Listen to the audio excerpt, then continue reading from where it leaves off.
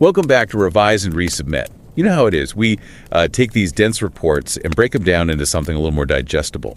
Today, we're going to take a deep dive into the world of digital transformation with the Global Digitalization Index 2024 report. That's the Building a Fully Connected, Intelligent World report from Huawei and the IDC. The IDC being the International Data Corporation, of course.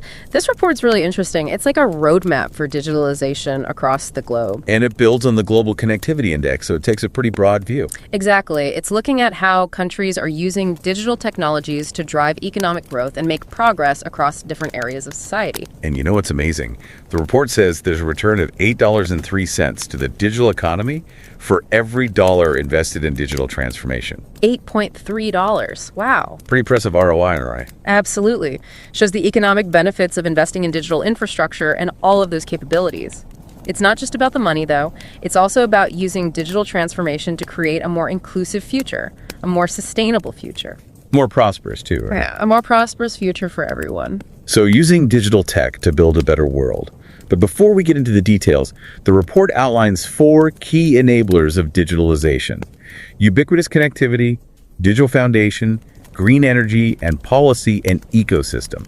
They're like the 4 pillars of a thriving digital society. I like that analogy. Thanks. So ubiquitous connectivity is the foundation. It's about ensuring widespread access to high-quality internet. You could compare it to having well-maintained roads connecting different parts of a country.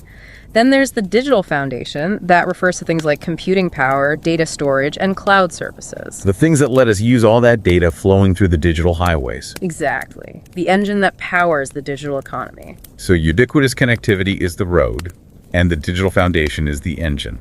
What about green energy? Where does that fit in? Well, green energy makes sure that we're powering this digital engine sustainably. Because as we rely more on digital technologies, we also use more energy. So we have to shift towards renewable energy sources if we want to mitigate the environmental impact. Think of it as choosing a fuel-efficient vehicle to minimize your carbon footprint. Got it. So we got the roads, the engine, and the fuel. What about policy and ecosystem? What do they do? They're the driving forces behind a thriving digital economy. Things like supportive government policies and a good environment for innovation are crucial. It's also important to have a skilled workforce to foster digital transformation. You could think of it as creating clear traffic rules and investing in driver education to ensure a safe and efficient transportation system. So making a space where digital innovation can thrive. Okay, let's move on from the groundwork.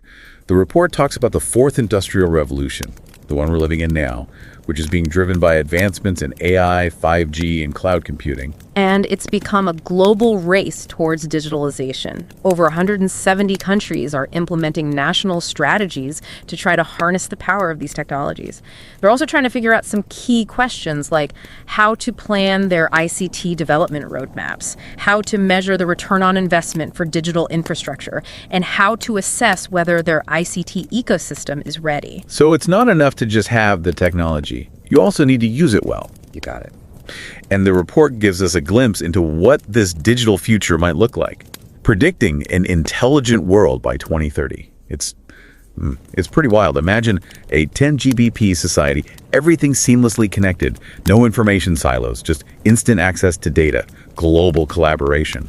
Think about what that would do for healthcare, education, government services. They would be personalized and accessible to everyone no matter where they are. That sounds amazing. Don't be revolutionary. A digital utopia. Yeah. But it's not just about speed either. The report also talks about spatial computing, something that will blur the lines between the digital and physical world. Creating these immersive VR experiences that everyone can access. Think about how that could change industries like manufacturing. Workers could operate machinery remotely through virtual interfaces. Safer and more efficient. Exactly. The possibilities are huge. We could transform how we design and build products, revolutionize how we experience entertainment, and even how we receive healthcare. We can't forget about data either. The report says data growth is going to be exponential. It'll become vital for innovation in this intelligent world. It'll fuel the AI algorithms, the insights that drive business decisions and new discoveries in different fields. The challenge will be managing and securing all of that data and making sure it's used ethically and that people's privacy is protected. Data security is definitely something to think about as the world becomes more digital. Definitely. The report also predicts that we're going to see widespread adoption of Embodied intelligence. Robots and automated systems everywhere. Your surgery might be performed by a robot. Your packages delivered by drones. Sounds like science fiction. I know, but it's closer than you think. So what's the key to all this, Me? Green and sustainable energy. We need to use renewable sources to power the large-scale adoption of AI and automation if we want a truly sustainable and intelligent future. We'll also need people who can manage and operate these technologies. The report predicts that global demand for ICT talent is going to surge. Makes sense. We can't have a robot revolution without the people who can design, build, and maintain those robots. So we've had a look at what the future might hold. Now let's focus a bit more on the present. The GDI ranked 77 countries, splitting them into 3 categories. Starters, adopters, and frontrunners based on how digitally developed they are. Like a digital leaderboard, showing who's winning the race to digitalization. So the starters are mostly developing and emerging markets. They're at the beginning of their digital journeys. They face challenges with basic things like connectivity, developing infrastructure, and access to digital services. But they have great potential, especially if they can use digital technologies to get ahead in areas like sustainable development and financial inclusion. So they're behind at the moment, but they could catch up quickly by using new technologies and strategies. What about the adopters? Where are they on the digital spectrum? They're usually middle-income developing countries, and they're doing pretty well at expanding connectivity and exploring new technologies. They're investing in digital foundations like cloud computing and data storage. They're realizing that those things can drive economic growth and improve public services. So they're gaining ground on the frontrunners. What about the frontrunners themselves? What makes them stand out? They're the ones who are leading the way. They're focusing on enhancing user experience with ubiquitous connectivity. They're also investing in next-generation networks and advancing things like cloud, data centers, and future-proof computing power. Setting the pace for innovation, showing what digital technologies can really do. And Singapore always ranks as a top frontrunner. They've got a great digital infrastructure, skilled workers, and government policies that really support digital innovation. They've become a global leader. They show how important strategic investment, long-term planning, and creating an environment that fosters digital adoption and innovation are. A good model for other countries to follow, no matter how developed they are. Absolutely. So we've looked at the players, the trends, and the vision for the future.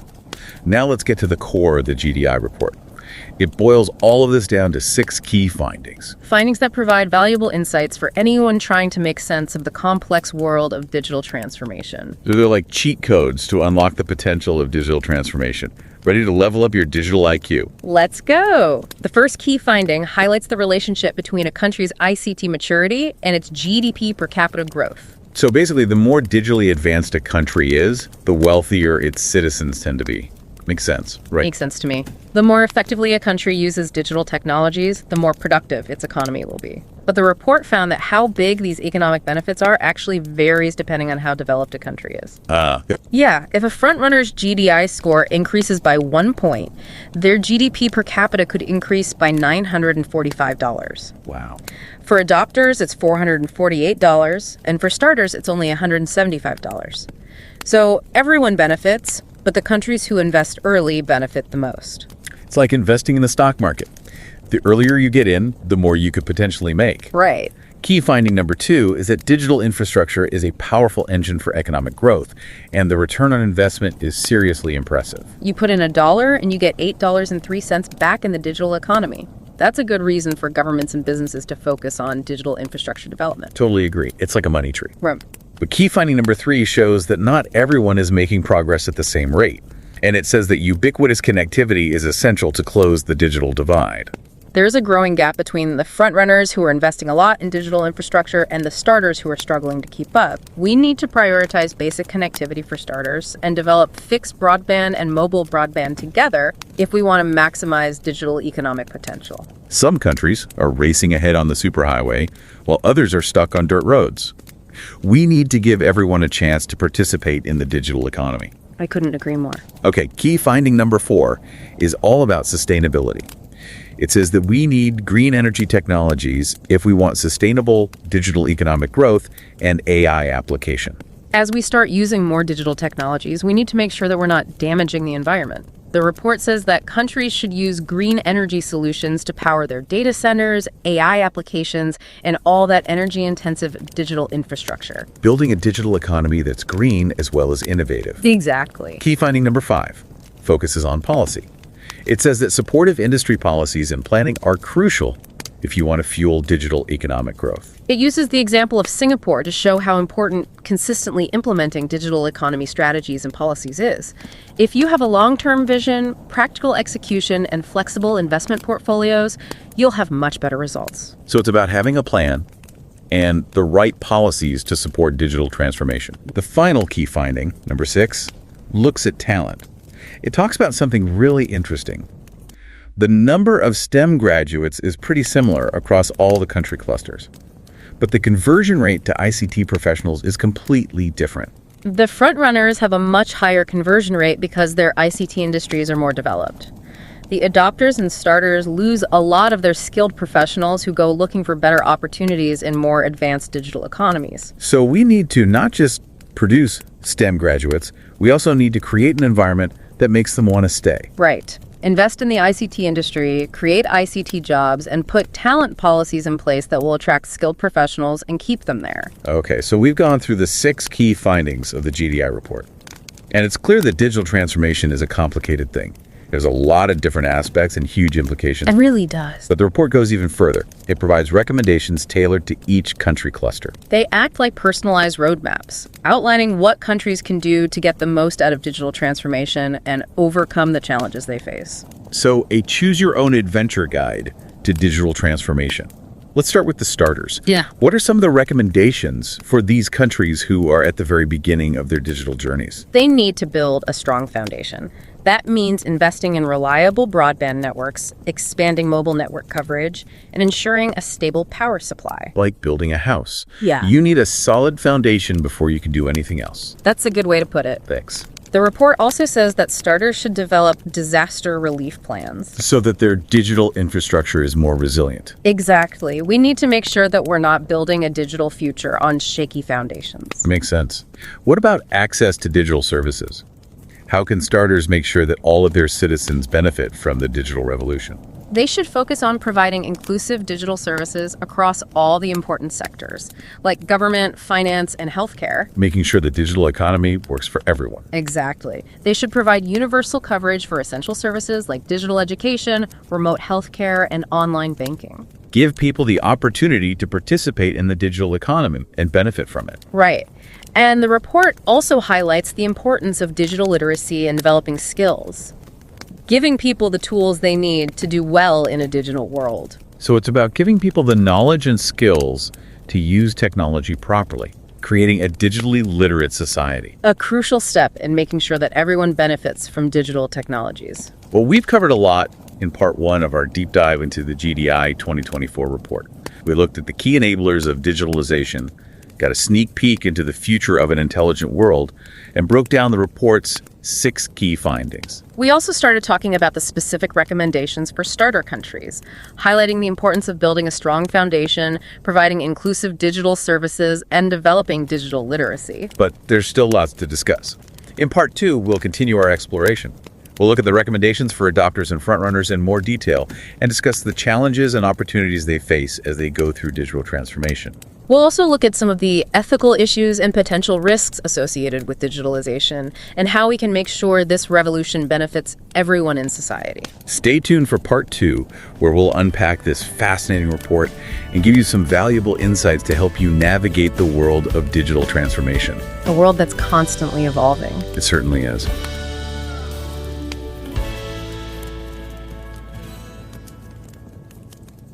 Welcome back to our deep dive into the GDI 2024 report.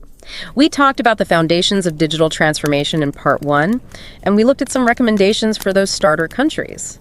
Now we're going to move on to the adopters, the countries that are already on their way. They're like the middle children of the digital world. They've learned the basics, but they're not quite at the top yet.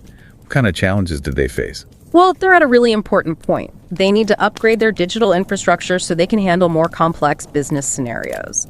And they need to invest in new technologies, things like 5G and cloud computing. Oh, and and attract skilled workers who can drive innovation. It's a bit like switching from a bicycle to a motorcycle. You need a more powerful engine and better brakes to go faster. So they need to step on the gas and really push their digital transformation forward. What does the report recommend? What steps should they take? Invest in 5G, cloud computing, and those advanced data storage solutions. Those are the building blocks of a modern digital economy. They help businesses to work more efficiently, they give them access to global markets, and they can use them to develop new and innovative products and services. Like upgrading your toolkit with all the latest gadgets. But gadgets are only useful if you know how to use them. What about the talent problem? You're absolutely right. Attracting and keeping skilled ICT professionals is crucial for adopters. The report says that they should invest in specialized training programs, offer competitive salaries, and create a good working environment that values innovation and creativity. So make your country the place to be for tech talent. Exactly. Attract the best minds in the digital world. And it's not just about technical skills either. They also need to encourage a culture of lifelong learning and digital literacy across society. People of all ages and from all backgrounds need to be able to access digital education and training programs. That's how you equip them with the skills they need to succeed in a digital economy. So it's about giving everyone a fair chance, making sure everyone benefits from the digital revolution. Yes. We can't forget about sustainability either. How can adopters make sure they're being environmentally responsible as they go through this process of digital transformation? It's definitely an important thing to think about. The report says that they should prioritize green energy solutions, especially for powering their data centers and their cloud computing infrastructure. They should also manage their data responsibly so they can minimize their digital footprint and contribute to a more sustainable future. It's like choosing an electric motorcycle instead of one that uses gas. Making choices that are good for the economy and the environment. Exactly. And we're not just talking about environmental sustainability, it's about social sustainability too. As adopters use more digital technologies, they need to make sure these advancements benefit all parts of society. So closing the digital divide within their own countries, everyone should have access to affordable internet, digital education, and all the opportunities that come with being connected to the global digital economy. That's right. Digital inclusion is so important for fostering social cohesion, economic growth, and sustainable development. Let's move on now to the frontrunners, those countries leading the way in digital transformation. The digital powerhouses, setting the pace for everyone else. What makes them different? What are their challenges? Well, they've got highly developed digital infrastructure. They use advanced technologies widely, and they have skilled workforces. They're always pushing boundaries, investing in next-generation networks, and exploring new technologies like 5G. 5G? Yeah, the next generation of 5G. Even faster speeds, lower latency. They're developing applications for AI, big data, the Internet of Things. They're like Formula One race car drivers. They're always looking for more speed, agility, and better performance. But even when you're at the forefront of innovation, there are still challenges, right? What worries the front runners? They need to stay ahead of the game. Technology changes so quickly. What's cutting edge today is old news tomorrow. They have to keep innovating, invest in research and development, and encourage a culture of experimentation and risk-taking. It's not just about being fast. It's about adapting to change quickly as new technologies come along and disrupt the market. Exactly. And frontrunners also need to be aware of the risks that come with these fast technological advancements. Data privacy, cybersecurity, the ethical implications of AI. These are all major concerns that require careful thought and proactive measures. So like driving that Formula One race car at top speed, you have to be incredibly skilled and you need the best safety measures to avoid a crash. A good analogy. And it's not just about avoiding risks, it's also about making sure that everyone benefits from digital transformation. Frontrunners have to set a good example, promote digital inclusion, invest in education and skills development, and address the potential societal impacts of automation and people losing their jobs. Using their leadership to create a better digital future for everyone. Exactly. Digital transformation can create so much wealth and opportunity, but we need to make sure that everyone benefits and that no one gets left behind. So we've talked about the challenges and opportunities facing different countries at different stages. But let's zoom out for a second and think about the bigger picture. What impact is digital transformation having on the global economy and society as a whole? It's reshaping the global landscape, driving economic growth, creating new industries, changing the way we work, and even how we communicate, learn, and interact with each other. It's disruptive and transformative. It's challenging the existing power structures and creating new opportunities for innovation and progress. It's like a huge shift in the global economy. Digital technologies are changing industries, redefining jobs, creating winners and losers. How do we navigate this and make sure that digital transformation leads to a better future for everyone? That's a great question. And the answer is complicated. It involves governments, businesses, and individuals working together. Everyone has a role to play in shaping a digital future that's innovative and inclusive. So a collective effort to make sure we use digital technologies for good, minimize the risks, and make sure everyone benefits. I like how you put that. And it's not a one-time thing. It's a constant process of adapting, learning, and working together. We're all in this together, trying to figure out this new world and create the digital future we want. That's a great way to put it. Now let's talk about one of the most exciting and transformative technologies out there: artificial intelligence. It's already having a huge impact on all kinds of industries. It's automating tasks, improving efficiency, and helping us to make new discoveries and create new and innovative products and services. And AI is only going to get more influential. We're entering a new era, an era of intelligent machines. What are some of the trends and developments in AI that we should be watching?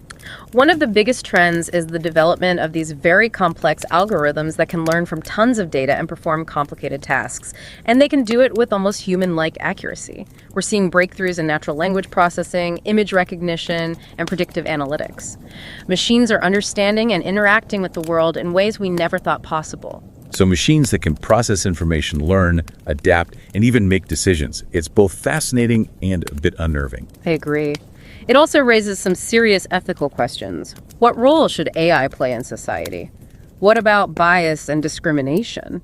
We need to make sure that AI is developed and used responsibly. It's like we're giving machines more and more control, and we need to make sure they have the right values and safeguards so they don't get out of control. We have to make sure AI is aligned with human values and that it's used for good. But let's not get ahead of ourselves. AI can change a lot of things for the better. But it's still just a tool. We're the ones who decide how to use it and what role it will play in our future. An important point. We have to be involved in shaping how AI is developed and used. It needs to serve humanity. Now, what about digital transformation's impact on the workforce? We've talked about how important it is to have skilled ICT professionals, but how is digitalization affecting jobs across every sector? It's fundamentally changing how we work. Things that used to be done by hand are being automated. New jobs are being created, and the skills you need to succeed are changing fast. It's like the world is shifting beneath our feet. We need to be flexible and adaptable if we want to keep up. What can people do to prepare themselves for this future of work in a digital economy? Never stop learning. It's more important now than ever before. People need to constantly upskill and reskill. They need to understand new technologies and develop those soft skills that are so important for success in a collaborative and rapidly changing work environment. So it's not just about having technical skills. It's about being adaptable, being able to solve problems, think creatively, and work well in a team. Exactly. Those are the skills that'll be in demand as automation takes over those routine tasks. Businesses will want people who can think critically, come up with new ideas, and work well together. It's about being human in this digital world, using those unique human capabilities to work with technology. I like that. It's about taking advantage of the opportunities that digital transformation offers.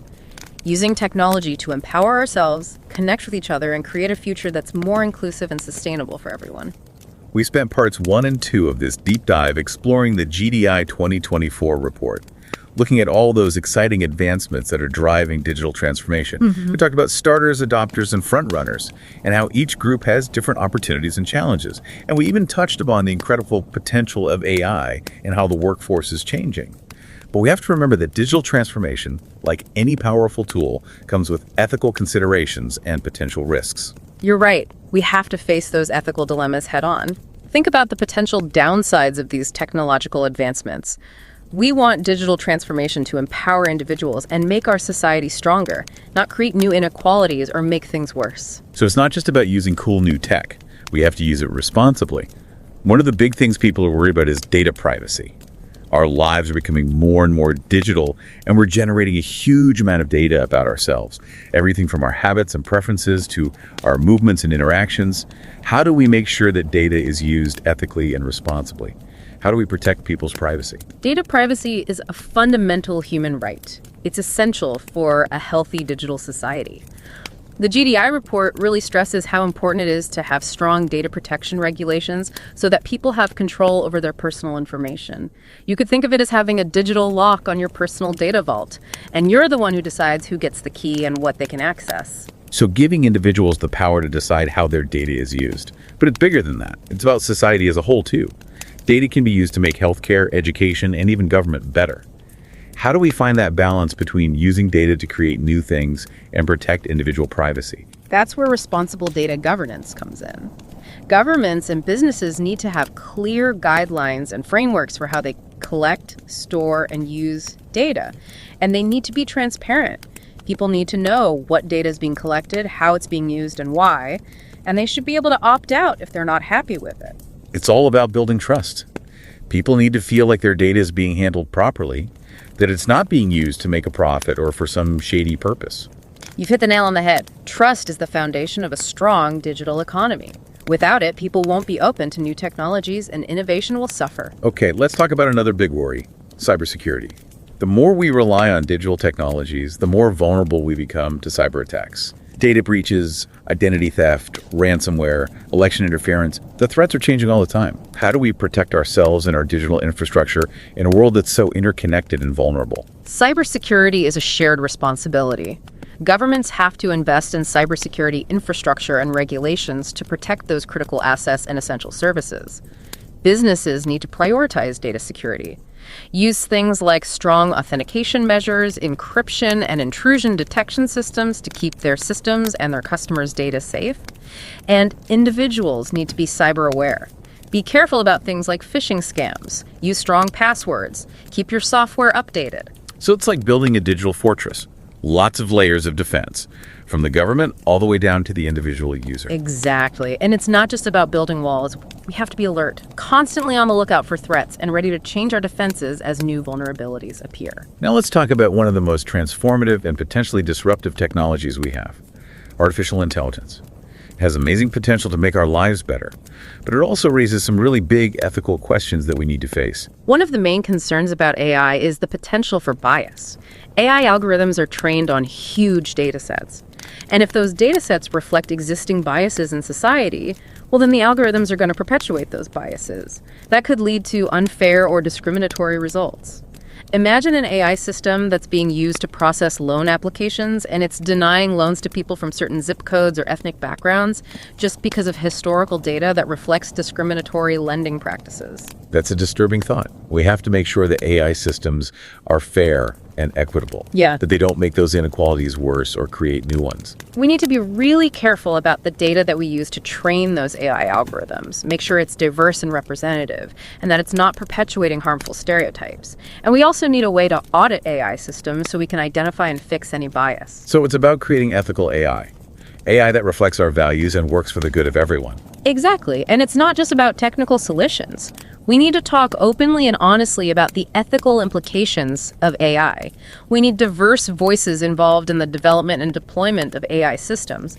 And we need to have clear guidelines and regulations to make sure AI is used responsibly. Make sure AI is used for good and not as a tool for oppression or discrimination. Right.